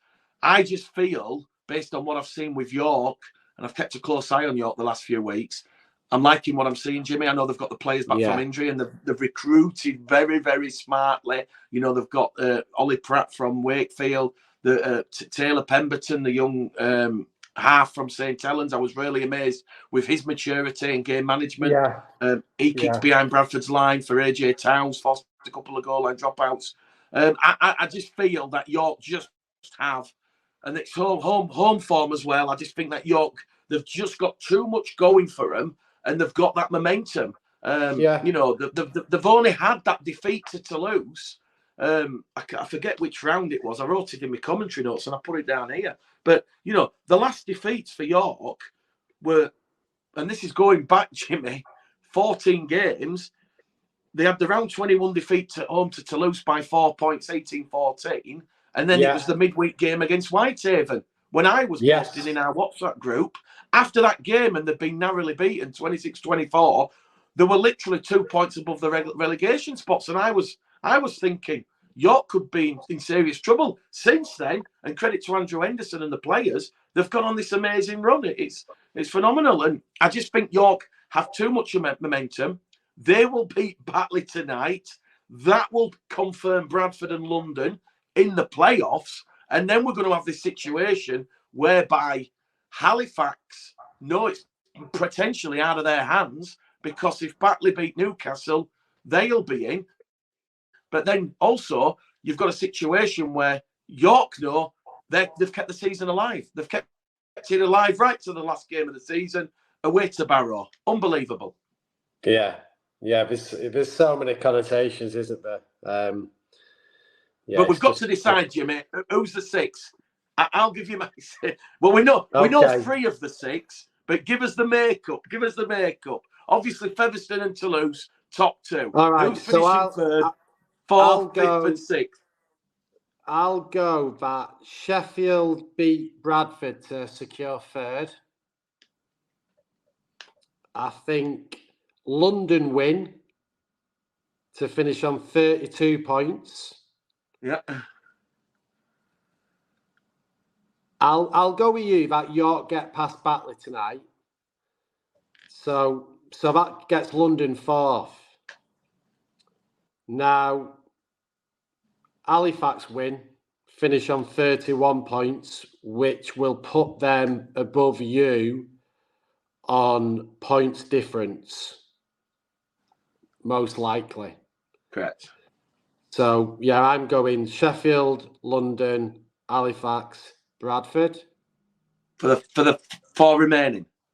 Yeah. However, if Batley do beat York, which I think is very possible, then I think you miss out on the playoffs. Bradford miss out. So I think this is a bigger game for Bradford than anybody else, because with respect to Batley, and we've given them loads of respect and we deserve it, I don't see Batley, even if they make the playoffs, getting through them. No. I just think it's getting harder and harder. They're losing bodies all the time. The bodies are tired. The 1895s, even those extra games catching up. So if they're getting there, an amazing achievement. I know for Craig Lingard, it would be lovely, for him to finish at Batley with him getting in the playoffs every year. He's been there. For Mark Moxon, who's had obviously an awful lot to do with it since Lingard moving to spend some of his time at Castleford, it would be a great achievement in his first year doing an awful lot there. But if they do, I think it's at your expense, at Bradford's expense. So this is a massive, massive game for Bradford Bulls tonight. It is, Jimmy. That might be one reason why I'm off to the Yeah. So that's how I'm seeing it. That's how I'm seeing it. How I see it panning out, and again, this is done without bias. We've got Featherstone top of the table. They will beat Widnes. I've actually got Toulouse to lose to Whitehavens, but Toulouse are going to stay second anyway. Yeah. So that brings us on to those all-important fixtures involving the clubs, and as we've just said, Bradford can finish anywhere from 3rd right down to 7th. Jimmy, I know you've got your alliance to Sheffield, and you'll be there on Sunday evening. Listen, I don't have an alliance Bradford backing to Sheffield. Just a soft spot, because you look after all the show me boys at Sheffield. You look after all the show me boys at Sheffield. We've got some big show me boys at Bradford. I'd love to see Tom Holmes, I think, has been your best player all year. I'd love to see him, crack on in those playoffs as well. But Jimmy, that reason, I very much hope Bradford do get in there, because I want to see, Brad England, Tom Holmes, amongst others, have their crack in there. But I'm putting myself on the spot here. Even though there's injury concerns to Billy Jowett, Jaden Myers, George Flanagan, I think it's going to be tight. Real tight, tense game on Sunday. One thing I noticed yesterday in London, Bradford took between 500 and 600 Bradford fans. And the crowd was probably split 50-50. right. And that is a massive factor, because that takes the referee out of the equation, because you've got an equal decibel level noise from the away fans as well as the home fans. And we know home advantage. And there's been studies on this psychologically, when the crowd get on the back of the referee, you tend to get the 50-50s. Listen, look, I think Bradford, very difficult to back up 2 tough games away from home. But we said this before we started this show. I do feel Bradford play better currently away from home, Jimmy, because of the pitch and the size dimensions. At Odsal, you've got to have a very, very strict game plan, which,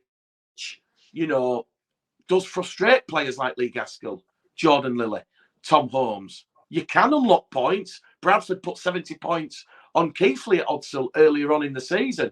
But the last 2 games at Odsal, the 16-8 game against Featherstone, where Bradford went toe-to-toe with Featherstone for pretty much the 80 minutes. And it was only the Conor Fitzsimmons try under the post, which blew out the York game. That was pretty much, that could have gone either way till the hooter. Your points are at a premium. I do feel Bradford, now Gaskell's back and he's fit, and you've got the spine of Holmes, Gaskell, Lilly and Jowett at 9. Touchwood, Billy Jowett's okay. I've got a very, very tight, narrow Bradford win. Yesterday, Jimmy, I tipped Bradford before the game to win before. They won by 2. I think this will just be as close on Sunday, but Bradford will get the win. They'll finish 3rd. Sheffield will be 4th. London will beat Keighley. They will be 5th. So now I've got Batley, Halifax, York. I do think Halifax will beat Swinton. Yeah. So it's going to come down to, can Batley beat York tonight and then beat Newcastle to knock Halifax out of the playoffs? I can't see Batley getting a win tonight, Jimmy. So that means York will go into that final round knowing if they beat Barrow and Halifax slip up at the share, York are in. But I can't see Simon Griggs in what could be his final. Well, it will be his final home game because obviously he's leaving for Hull FC, and obviously Liam Finn's taking over. I just think there'll be too much emotion on that. And Halifax, now Joe Key's back. They're a totally different Halifax side to the inconsistent, stuttery Halifax side. 2 months ago when they were losing silly games. Totally agree. But totally agree. So my top 4 out of the 6, because we know Featherstone and Toulouse are booked. I've got Bradford 3rd, Sheffield 4th, London 5th, and Halifax 6th. So the first week of the playoffs, Jimmy, you've got Halifax going to Odsal. And then you've got London going to Sheffield again, who they beat the other week. So listen, I tell you what, I know which game will be on TV. I know what game will be on TV, and it'll be Bradford, Halifax, and Odsal, 6:30. Listen, if we're doing this regularly now, and hopefully we're back next week, touch wood. Listen, I'm calling it. It's Bradford, Halifax a week on Sunday. But no, we've put ourselves on the spot. I've got Toulouse, Featherstone, Bradford, Sheffield, London, Halifax in the 6. Yeah, we will see. We will see. But yeah, all eyes on tonight. Yeah, I wouldn't write Batley off. You can never write Batley off. No, I'm not totally I know writing you're not. him off, I know you're not. I'm just reiterating that I would not be at least surprised if Batley just pull it off here. So anyway, what about? Well, you've just said to me it matters for Bradford tonight, but it also matters a lot for Halifax, because if Batley get that win tonight, well, they know beating Newcastle puts them above Halifax and knocks Halifax out. You know what I'm saying is it won't matter because if Bradford don't beat Sheffield. Yes, I know, but I predicted Bradford to beat Sheffield. I know okay. In all these different parallel universes, yes, there's a lot. I get it, yes. Yeah, but no, there's too I don't know where much going Joe's on gone. here, but we've put our necks on the line for one last time, and we'll see if we're anywhere near. But what about turning our attentions to League One, Mick? Well, I mean, you know, because of all the games clashing, I have not been able to go to any of these League One playoff games, which is quite sad. But let me tell you something. You know, North Wales Crusaders, nobody give them a cat and hell's chance of going up to Workington, and you know, they beat the bookmakers there. Yeah. Everyone fought with Oldham and Mike Ford, and back at Boundary Park, everybody was predicting Oldham. I think North Wales Crusaders had a 16-point start with the bookies. They beat the bookies again. Yeah. Even yesterday at Hunslet, you know, they had the start. Everybody expected Hunslet, you know, to get the job done, to set up, you know, what would be that great grand final. Doncaster Hunslet again for the for the fourth time this year. Yeah. But, you know, credit where credit's due. Credit where credit's due, Jimmy. You know. Totally. I mean, they'd been on Crusaders here. They'd been on a run of 4 defeats, including a defeat to Cornwall in that crazy game at the end of July, where it was the ultimate game of 2 halves. So it just goes to show, like, and as we'll find out in the Championship, when you get to the playoffs, playing without pressure, you know, and being the underdogs and a little bit of luck. You know, Hunslet were really unfortunate this week. We had 5 out from the week before against Doncaster. One of them, Miles Lawford. I mean, talk about some typically Rugby League. Unbelievable. Gets called back by Bradford. Absolutely no chance he was going to play in London with Gaskell being back. Gets his teeth knocked out by a teammate. Can't play for Hunslet. Hunslet get knocked out. You know, you just couldn't write it, could you? It's just Rugby League to a T. But it would be to be fair. I'm going to say Hunslet and Donny would have been the fair final, but I think based on what's happened, but listen, let's not discount, like you say, this run that North Wales Crusaders are on. I know his player coach, Carl Foster, of course, who's been round the block up with the Cumbrian clubs. You know, he's done an amazing job after Anthony Murray left and went to Workington, and of course they're not Workington out in round 1 of the playoffs. You know, this does have a feel of those great Bradford and Leeds, you know, grand final wins where they finished 5th, you know, in the table, and somehow, you know, they've had this unassailable momentum and all this ascendancy that they've took into the games, and they've not been stopped. I mean, I know Richard Orne is not going to rest on his laurels. He will be watching and studying what North Wales Crusaders have done over the past, you know, couple of games. I mean, it's a shame Crusaders weren't without their own adversity, because they'd had Leon Hayes, the young Warrington halfback, who Warrington thinks very highly of, playing for him, and Warrington called him back to play in their first team game the other night. So they went into this game without him. And you know, Hunslet had injuries as well, but you still, like you say, Hunslet were slight favourites to win the game at the bookies, but in most people's eyes, you know, it was Hunslet's to lose, you know, regardless of the injuries. So, you know, Doncaster will be very nervous, no doubt about it, because they're going to be big favourites. You know, Crusaders have done everything they can and have earned the shot, but Donny is still going to be, big favourites. I'd imagine a couple of tries at least. So Donny have got to stay strong here. It's the third time lucky for them. For Carl Hall and everybody involved, Horney, a lot of the players who've been there for donkey's years. You look at Sam Smeaton, club captain, breaking records as top try scoring forward. It's their time. It is their time. There's no doubt about it. And I do think that if they get promoted, they'll have a great crack in the championship, and they'll give it a good go. But they won't be taking Crusaders lightly, because they go into that game with no pressure at all, no expectations, and to be able to do that in a final is so rare, and it just allows you that bit of freedom. They're going to be able to catch that ball a lot easier than the Donny players are. It's going to be so much easier for them. I personally feel Donny will have too much for him, and they will get it done. But who knows? It's just another mad one. Well, no one would have predicted that, would they, Jimmy, at the start of the playoffs? A lot of people in my circle. Nor at the start of the year. I'd be the first to put my hands up. I thought Crusaders would do well to make the playoffs this year, because it's been a transition, hasn't it? Yeah, but like you say, Carl Forster's done an amazing job with Mosedale at the reins at top, and they've just hit form at the right time, and yeah, they've earned the place in the final. And you'd be a brave man to write them off.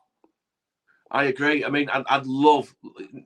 Listen, I mean, I hope whoever makes the playoffs in the championship, if it's a Bradford or whatever, very best of luck trying to get into the Super League. But if North Wales Crusaders make it to the championship, I tell you, those championship clubs next year, going to Colwyn Bay, North Welsh Coast, honestly, that will, if it's true the Summer Bash is going to go because the championship clubs have lost a heck of a lot of money, the RFL have lost a lot of money, then, maybe a trip to Colwyn Bay to face the North Wales Crusaders is going to more than make up for it. Yeah, well, we'll see. I'll be at that game. I'll be looking forward to that, another double-header, and see. It'll be nervous. In a way, I think that they'll, everyone involved at Donny will be, it'll be a very nervous experience anyway, but arguably more nervous now because going in as big favourites just adds pressure. So yeah, it's in their hands. I do think if Doncaster play well, if it can play to an 8, 9 out of 10, they'll add too much. But if we're a bit sloppy early on and the nerves get the better of them, Crusaders will make a right game of it. 100%. So it's Doncaster North Wales Crusaders at the Keighley Stadium this Sunday at 3:00. Of course, survival Sunday for those championship clubs at the bottom. But spare a thought for Doncaster and North Wales Crusaders. One of those sides is 80 minutes away from facing the big boys in the championship. Yeah, absolutely. Yeah. Dewsbury as well, of course, have gone up. I don't know where Joe's gone, Jimmy. I think he's disappeared. So I just wanted to mention, like, the Rugby League broadcast deal. It is quite depressing. It is what was expected. Ralph Rimmer told the clubs 18 months ago, if you don't improve, you don't get rid of loop fixtures, you're going to be getting 17, 18 mil. And that's what the sport effectively has been given. It's up. I'm hearing different sort of figures, Jimmy, but roughly 17, 18 mil, £20 million if you include the add-ons. Effectively, since the power grab, as I call it, Ian Lenihan, McManus, Moran at Salford back in 2018, which was actually last week just gone, 5 years on from that. And I know I've always been a fierce critic of what Ian Lenihan did, because I could see through it. Sadly, a shame other people in the sport couldn't see through it, but it was a power grab. It was selfish, it was greedy, it was just all about the Super League clubs getting the power from the RFL, because at the time ROI, return on investment, was coming, and they knew that if they didn't improve on and off the field, that they would have the same financial penalties what the Championship and League One clubs have had for you know, the past 6 or 7 years when Nigel Wood brought in the return on investment, which I agree, the return on investment is fantastic to an extent because it does make clubs improve. The Super League clubs thought, no, we're not having this. The Super 8s, of course, the jeopardy. Listen, look, ultimately, Jimmy, it's sad because the sport of rugby league has lost 50%. And as we know, with the Sport England money, that's come off as well. You know, I know we speak privately, but, you know, it genuinely does feel like we're treading water to just stay at the level we're at now, you know, £20 million to fund the RFL, to fund the top tier, to fund the League One, to fund the Championship. That money does not go far. You know, the RFL are going to be underfunded, and that will reflect on match officials, their ability to market the game. It genuinely does feel, and I'm trying to do this with a positive outlook, but I've not really seen IMG light the blue torch paper yet and come up with the ideas and the solutions to turning the sport of rugby league around. It just genuinely feels that we are on this slow, slippery slope, this downward trajectory. And as I said, I think a few shows ago later on this year, we're moving away from those warm temperate waters of Tahiti, and we're going full steam ahead into the icebergs in the North Atlantic.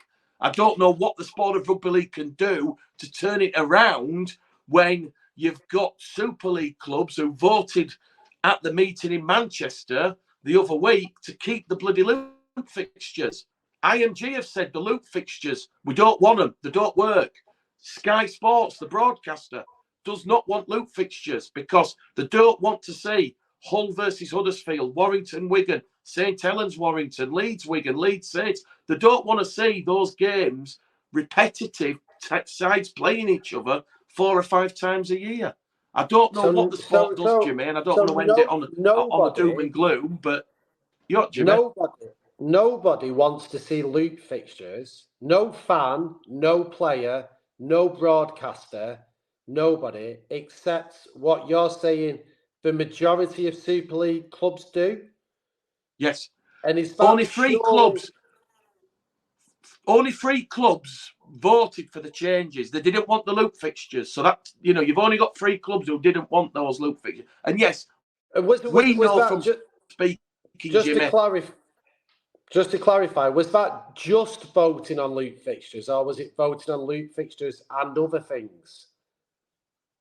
No, that what would have happened was the RFL went to the clubs and said, we've got this idea which will please Sky Sports, it'll please the broadcasters, which will get rid of the loop fixtures, which would be to expand the top tier to 14 teams, getting rid of the loop fixtures. Well, that's good. Yeah, just to make it clear, it was. So what they've done is they've not just voted against. They've not voted to keep loop fixtures. They've voted to keep it to 12 teams, and if that means they have to have loop fixtures, they'd rather have that. Yes. And the only reason I believe a team in the top flight would vote to keep 12 teams, when for me, Fev and Toulouse are both done enough to earn a shot for next year, for example. And I'm sure others, your Yorks, potentially Bradford, Londons, etc., over the next couple of years will. The only reason to want to keep it to 12 teams and have loop fixtures as a consequence is to get a bigger cut of the Sky money. And for me, that can be the only motivation, which is short-sighted and selfish because it's the fans don't want it, the broadcasters don't want it, and ultimately it might mean that as a Super League club, and I might be wrong, this is my take, you might get an extra couple $100,000 off Sky, but you then have loop fixtures as a consequence, which fans don't enjoy and resent paying money to go and watch. Whereas if you had the extra 2 teams and you had fresh fixtures and a simple home and away, you'd arguably be bringing more revenue to cover that anyway. So I don't like, if that is it, I don't like that. No, I agree, Jimmy. And for people who criticise the RFL, this is the RFL and IMG or RL Commercial coming up with a solution to the problem and saying, look, go to 14, there'll be no relegation we'll have the 2 up from the Championship, and then, yes, there's a little bit of short-term pain. You get less money, but you've got the long-term benefit of pleasing Sky, which then in turn might see the TV deal go on an upward trajectory rather than constantly halving. And, the sport has, in 5 years, since 2018, since the removal of the Super 8s, the sport has lost 20 million in broadcast revenue. It can't afford to lose that. It can't, because... And in 2025, IMG can still make it 13 teams or 14 teams if they want to, can't they? Even if the clubs vote against it, they can still do it. No, this is the thing, Jimmy. The clubs still hold the power. That's how they've kept it at 12 for next year. So IMG can only ever make suggestions. Correct, yes. They are a strategic partner. They have no governance or influence. Sorry, they've got the influence, but they've no governance. That is between the RFL and those Super League clubs. IMG turn around in 2025 and go, look, this is what we think. Get York into Super League. Get Toulouse into Super League for now. We believe that there's growth in those 2 areas that can add a lot to the game. 14 teams, no loot fixtures, which anyone who I think is clued up would probably agree that that's good. The powers that be at the Super League clubs can still go, nah. And then that's it. Yeah, and just ignore IMG. And then IMG will just go, oh, well, we're done then because we can't, this is the basic that we need to do. And then that'll be it. I think IMG, because they've signed a 12-year partnership and it's worth, I didn't realise this, but when I spoke to the RFL, regardless if IMG get results or not, they are being paid £850,000 a year. So that is what they take out of the broadcast deal.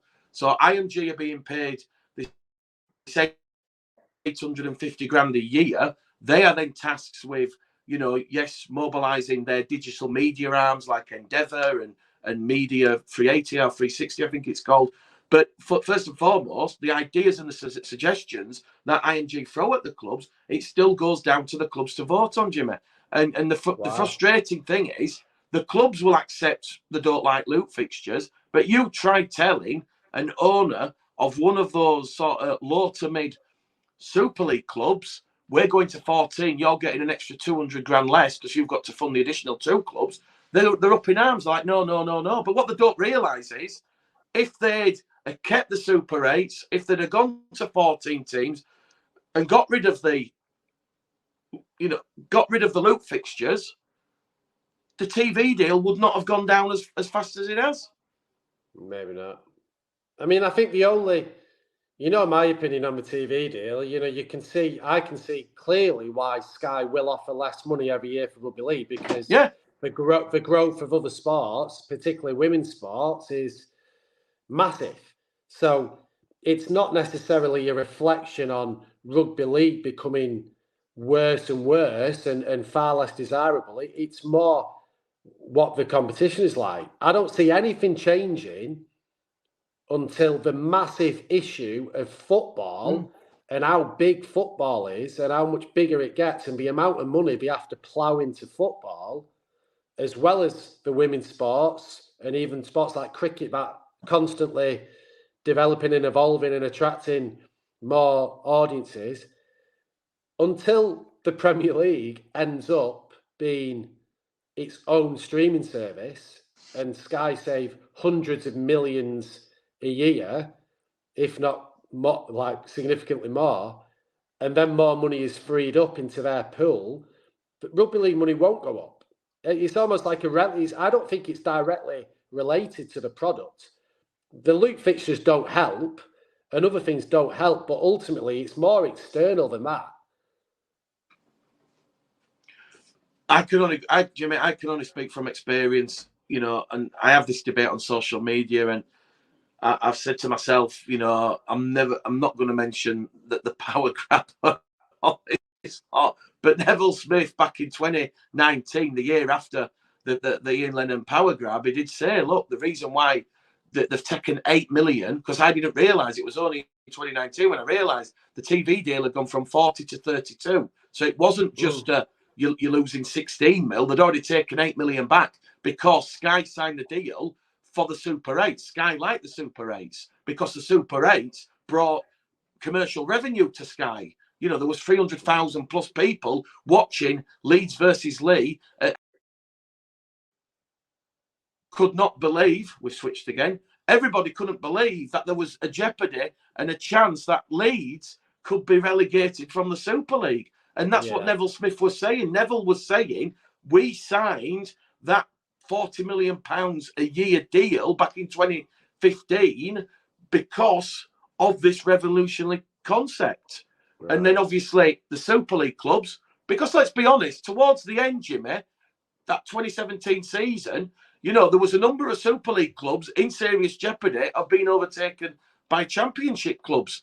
And because there was 4 spots, 4 places, you know, you could have, I know the chance of it happening were highly unlikely, but because the points reset and everybody started on 0, there was a realistic chance that, you know, certainly one Super League team would go down through the trapdoor, but potentially 2 or 3. And that was too much of a risk to stomach for the Super League owners, who had actually agreed, you know, 12 months previously, we'll go with the Super 8s because we're getting £40 million a year. Yeah. But look, I'm well aware. I think that's probably true. That probably was too much. You know, there probably was too much risk on the line. So Sky took £8 million back on the back of removing the Super 8s. Yeah, I didn't know that, but I just don't see how the happy medium is not to extend the top flight to 13. It doesn't matter if it's an odd number. That's one of the stupidest things ever as well. An odd number is no issue at all. 13 if it's 13 ready. 14 if it's 14 ready. You know, just copy the NRL. If a team's ready, if someone at Midlands has got 10 million ready to go, and they start cracking on now, when they're ready in 3 years, let them in. If London are back in, let them in. And just make a bigger, more competitive top flight. Just let them go. You know, that's all we can do. And then the second tier can be made up of the others. And I don't think it's rocket science. No, it isn't, Jimmy. And my one wish for the sport is that they work around what the broadcasters like Channel 4. Yeah. What Sky Sports want, you know. I believe this latest reduction in the TV money, it's finally hammered the nail in the Super League chairman's heads that they're going to have to do this. And that is why there will be change in 25, structural change. No one knows what that change looks like, because as we know, the RFL have said we'll go to 14, get rid of loop fixtures, but you know, again, it's that sort of short-term mentality, short-term gain, long-term pain, because, yes, they're not having to dilute the already small pot of money.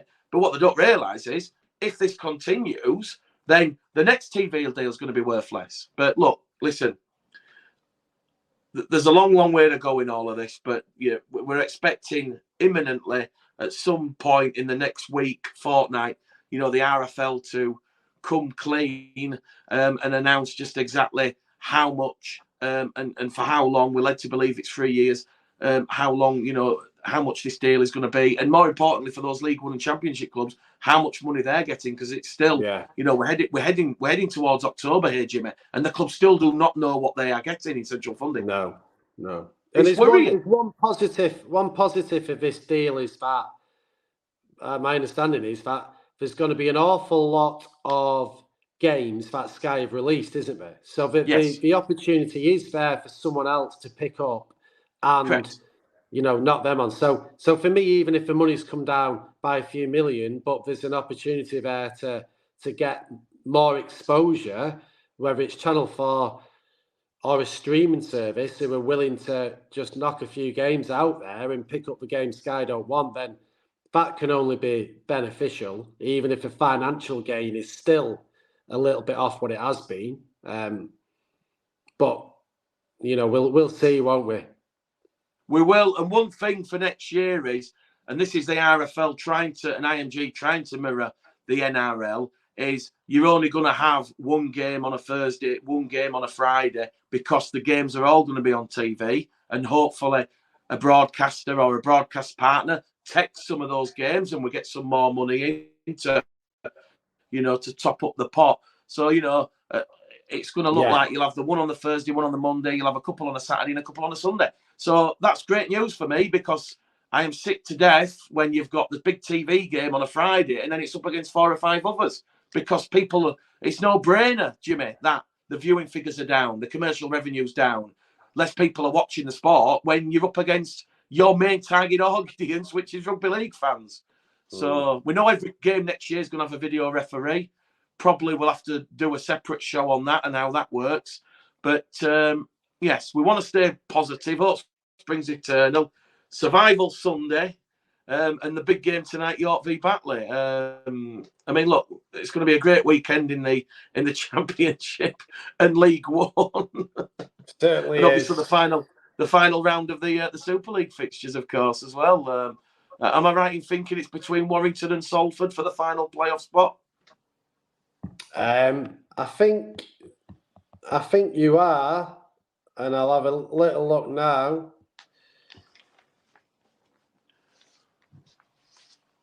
I don't know the exact connotations, but as it stands, it's obviously very exciting at the top, isn't it? Because it's going down to points difference, you'd imagine, for who for who actually gets the top. We're going to hold them the advantage there, and then Warrington and Salford fighting it out. Points difference wise, Warrington have got a significant advantage, so they have to go and win at Huddersfield, and they're in. But if they lose to Huddersfield and Salford can somehow knock off the Dragons,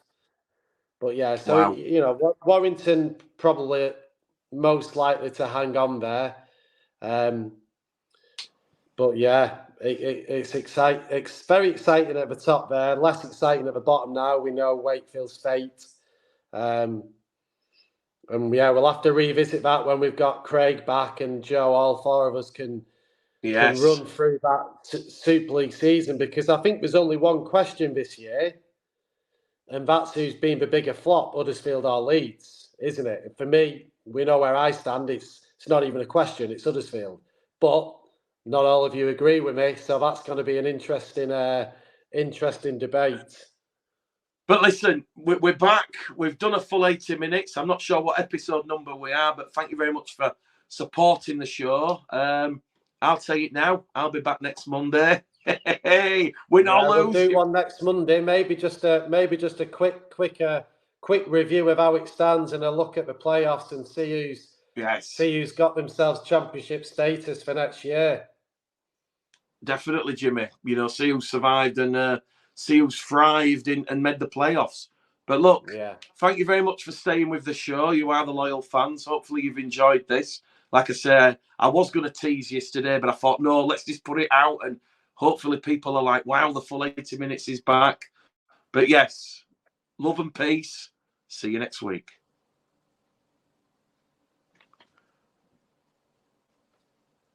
Jimmy, what is Joe turning this off?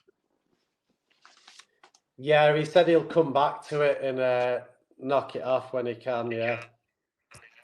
Do you want me to just quickly message him and say, hang on, I'll message him. Oh, yeah, I'll drop him a text saying we're done, yeah. Yeah, you drop him a text to say we're done. But yeah, all right. No worries, mate. I'll probably message you in WhatsApp group. I'm just going to...